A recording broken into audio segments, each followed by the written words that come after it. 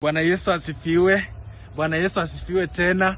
Mimi namshukuru Mungu, ametulinda mimi pamoja na jamii yangu. Ametuinua, ametutoa Ushago, saa hii tunaishi Kakamega town, na ameinua pia bwana yangu, saa hii anaendesha boda. Bwana Yesu asifiwe. Na saa hii pia rentals zenye tunaishi ndani, tunaishi kwa rental yenye iko na choo ndani. Bwana Yesu asifiwe. Bwana Yesu asifiwe. Mnajibu ni kama mjakunywa chai. Bwana Yesu asifiwe. Yes, hii ni ibada. Wengine wenu hata hamtaki kujibu na hamna choo ndani ya nyumba. In fact zile zenye mko nazo zenye ziko hapo nje, mlango yake ni ya gunia. Bwana Yesu asifiwe. Yes, lazima mjibu.